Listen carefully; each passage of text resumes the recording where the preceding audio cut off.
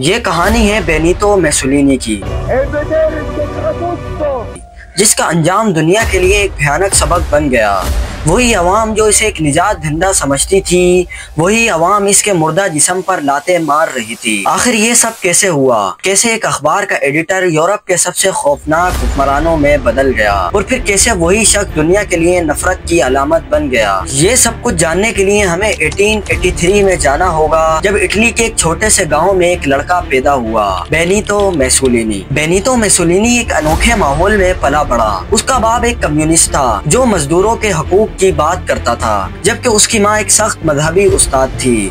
दो मुतजाद नजरियात के बीच पलने वाले इस बच्चे ने अपनी जिंदगी में क्या बनना था, शायद वो खुद भी नहीं जानता था। बचपन में गरीब, बागी और जिद्दी लड़के के तौर पर पहचाने जाने वाला मुसोलिनी बड़ा होकर एक बाअसर अखबार नवीस बन गया। वो इब्तिदा में सोशलिस्ट था, मजदूरों के हुकूक की हिमायत करता था, लेकिन फिर अचानक इसने सब कुछ बदल दिया। इस शख्स ने सिर्फ अल्फाज के जरिए लाखों लोगों को अपना दीवाना बना लिया। वो सिर्फ एक लीडर नहीं, बल्कि एक प्रोपेगेंडा मास्टर था। क्या मुसोलिनी वाकई इटली के लिए एक मसीहा था, या वो एक धोखेबाज था जो सिर्फ अपनी अजमत का ख्वाब देख रहा था? आज हम आपको बेनितो मुसोलिनी के उरूजो ज़वाल की कहानी सुनाएंगे, लेकिन उससे पहले गुजारिश है कि हमारी वीडियो को लाइक करके हमारे चैनल हिस्ट्री विद हमजा को जरूर से सब्सक्राइब करें।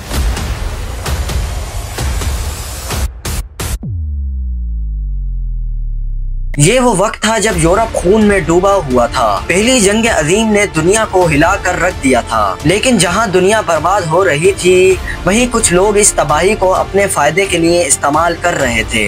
उन्हीं में से एक था बेनितो मुसोलिनी। मुसोलिनी जो कभी अमन और सोशलिज्म की बात करता था, अचानक जंग के हक में बोलने लगा। वो चाहता था कि इटली भी जंग में कूद पड़े, क्योंकि उसे लगता था कि यही रास्ता है अजीम ताकत बनने का। जंग खत्म हुई, लेकिन इटली के लिए नहीं। जंग के बाद इटली में बदअमनी फैल चुकी थी। गुर्बत, बेरोजगारी और हुकूमत की नाकामी ने अवाम को बेचैन कर दिया था। मुसोलिनी ने इस बेचैनी को एक मौके में बदल दिया। उसने फाशिज्म का नारा बुलंद किया। यहाँ से पैदा हुए फाशिस्ट, वो लोग जो कानून के बजाय ताकत पर यकीन रखते थे। मुसोलिनी ने कहा, या तुम हमारे साथ हो या तुम हमारे दुश्मन हो, और यही नजरिया आगे चलकर दुनिया के लिए तबाही का सबब बना। मुसोलिनी सिर्फ एक जंगजू नहीं, बल्कि एक शातिर सियासतदान भी था। वो जानता था कि ताकत छीनने के बजाय अगर उसे कानूनी तौर पर हासिल कर लिया जाए तो सब कुछ आसान हो जाएगा। इसने सियासत में कदम रखा, लेकिन इसका असल हदफ कुछ और था, पूरी हुकूमत पर कब्जा। मुसोलिनी ने अपने हजारों हामियों के साथ रोम पर चढ़ाई कर दी। इसके जंगजुओं ने हुकूमत को धमकी दी कि अगर उसे इख्तिदार ना दिया गया तो वो उसे जबरदस्ती छीन लेगा। इटली के बादशाह के पास दो रास्ते थे, या तो वो मुसोलिनी से लड़े या उसे हुकूमत दे दे। बादशाह ने दूसरा रास्ता चुना, और यूं बगैर किसी जंग के मुसोलिनी को इटली का वजीर आजम बना दिया गया। ये वो लम्हा था जब एक अखबार का एडिटर एक आम आदमी इटली का सबसे ताकतवर शख्स बन चुका था। यहाँ से शुरू होती है फाशिज्म की तारीख, जो सिर्फ इटली नहीं बल्कि पूरी दुनिया को खून में लहला देने वाली थी। बेनितो मुसोलिनी ने वो कर दिखाया जो शायद खुद उसके मुखालिफिन ने भी नहीं सोचा था। एक आम अखबार का एडिटर जो कभी मार्क्सिज्म का हिमायती था, आज इटली का सबसे ताकतवर शख्स बन चुका था। मुसोलिनी के लिए इटली में एक ही कानून था, उसका अपना कानून, और जो भी इस कानून से इख्तिलाफ करता उसका अंजाम भयानक होता। मुसोलिनी जानता था कि इख्तिदार को हमेशा अपने हाथ में रखने के लिए उसे जमहूरियत का खात्मा करना पड़ेगा, और यही इसने किया। उसने आइन को खत्म कर दिया, पार्लियामेंट को एक कठपुतली बना दिया, और अपने हर मुखालिफ को या तो कत्ल करवा दिया या जेल में डाल दिया। कुछ लोग उसे एक मजबूत लीडर समझते थे, लेकिन हकीकत ये थी कि वो एक जालिम बन चुका था। लेकिन हर डिक्टेटर की तरह मुसोलिनी को भी मालूम था कि लोगों के दिमागों को कंट्रोल किए बगैर वो ज्यादा देर नहीं चल सकता। उसने इटली में एक ऐसा प्रोपेगेंडा किया कि लोग उसे खुदा की तरह मानने लगे। हर अखबार, हर रेडियो, हर स्कूल और हर किताब, सब में एक ही नाम था, बेनितो मुसोलिनी। बच्चों को स्कूलों में सिखाया जाता कि वो सिर्फ और सिर्फ फाशिज्म पर यकीन रखें। ये थी ब्रेन वॉशिंग की सबसे बड़ी मुहिम, जिसने एक पूरी नस्ल को गुलाम बना लिया। उसके मुआशी मंसूबे कुछ हद तक कामयाब भी हुए, लेकिन मसला ये था कि सब कुछ एक झूठे ख्वाब पर बनाया जा रहा था। असल हकीकत ये थी कि इटली की मईशत बहुत कमजोर थी, लेकिन मुसोलिनी की हुकूमत सिर्फ दिखावे के लिए बड़े बड़े प्रोजेक्ट बना रही थी। मुसोलिनी सिर्फ इटली को बेहतर नहीं बनाना चाहता था, बल्कि उसे एक नई रोमन सल्तनत में बदलने का ख्वाब देख रहा था। और उस ख्वाब को हकीकत बनाने के लिए उसे जंग की जरूरत थी। उसने सबसे पहले इथियोपिया पर हमला किया ताकि दुनिया को यह दिखा सके कि इटली एक अजीम ताकत बन चुका है। इथियोपिया एक गरीब मुल्क था, उसके पास जदीद हथियार नहीं थे, लेकिन फिर भी ये जंग मुसोलिनी के लिए आसान नहीं रही। यहाँ से दुनिया ने देख लिया मुसोलिनी सिर्फ एक चालाक सियासतदान है, लेकिन एक अच्छा फौजी लीडर नहीं। ये जंग जीतने के बाद मुसोलिनी और ज्यादा ताकत के नशे में आ गया।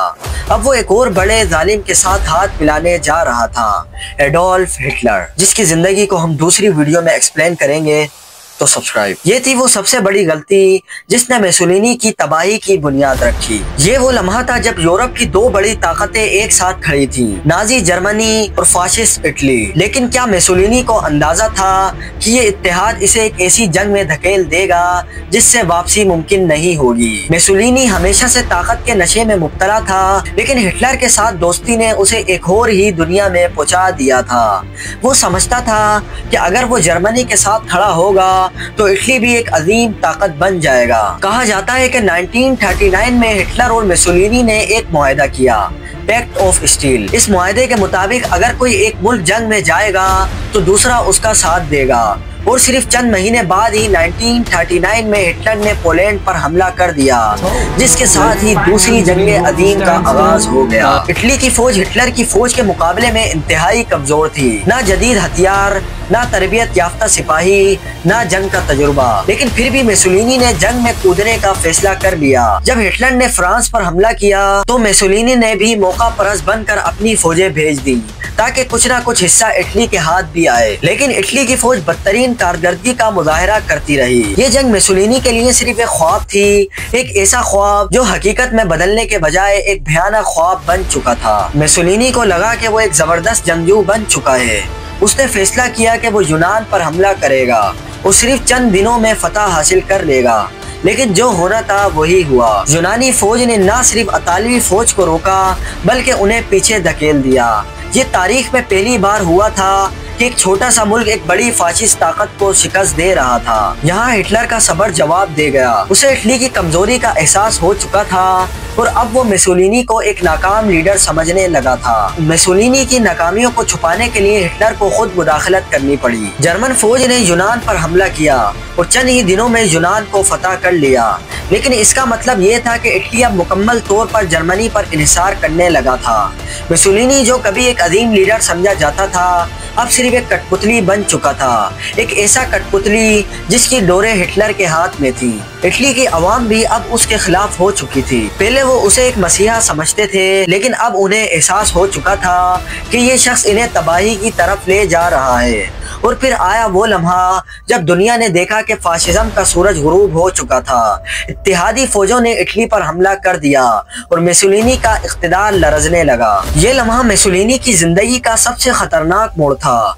इसका इख्तिदार खतरे में था। इसके अपने ही साथी इसके खिलाफ साजिश कर रहे थे। और सबसे बड़ी गद्दारी, खुद इटली के बादशाह ने उसकी हुकूमत खत्म करने का फैसला कर लिया था। 25 जुलाई 1943 को मुसोलिनी की काबीना ने एक खुफिया इजलास में फैसला किया कि फाशिज्म को खत्म होना चाहिए और चंद घंटों बाद मुसोलिनी को वजीर आजम के ओहदे से बरतरफ कर दिया गया। ये वही मुसोलिनी था जो एक वक्त में पूरे इटली पर राज करता था और आज वो खुद अपने ही मुल्क में कैदी बना हुआ था। मुसोलिनी की गिरफ्तारी की खबर जैसे ही हिटलर को मिली, वो शदीद गुस्से में आ गया। वो अपने इत्तेहादी को यूं जिल्लत में नहीं देख सकता था। और फिर शुरू हुआ दूसरी जंग अजीम के सबसे हैरान कुन मिशंस में से एक। जर्मन फौज के स्पेशल कमांडोज ने मुसोलिनी को एक हाई सिक्योरिटी कैद खाने से फरार करवा लिया।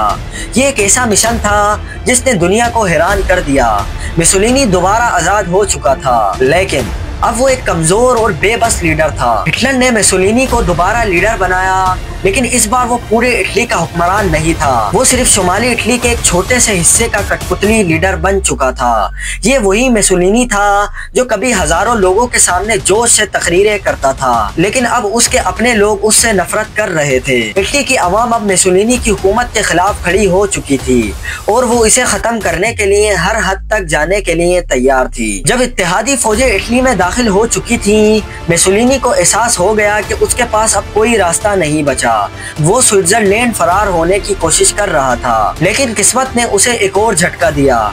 रास्ते में इतालवी बागियों ने उसे पकड़ लिया। ये वो लम्हा था जब मुसोलिनी को अंदाजा हो गया कि अब उसकी कहानी खत्म हो चुकी है। 26 अप्रैल 1945 की सुबह मुसोलिनी और उसकी माशूका को एक दीवार के सामने खड़ा करके गोलियों से भून दिया गया। यही नहीं, इटली की आवाम ने उसकी लाश को एक पेट्रोल पंप के करीब उल्टा लटका दिया ताकि दुनिया देख सके कि फाशिज्म का अंजाम क्या होता है। मुसोलिनी की कहानी सिर्फ एक जालिम की कहानी नहीं थी, ये एक सबक था कि ताकत के नशे में जो हुक्मरान अपनी आवाम की भलाई के बजाय अपनी अना को तरजीह देते हैं, उनका अंजाम हमेशा इबरतनाक होता है। अल्लाह हाफिज।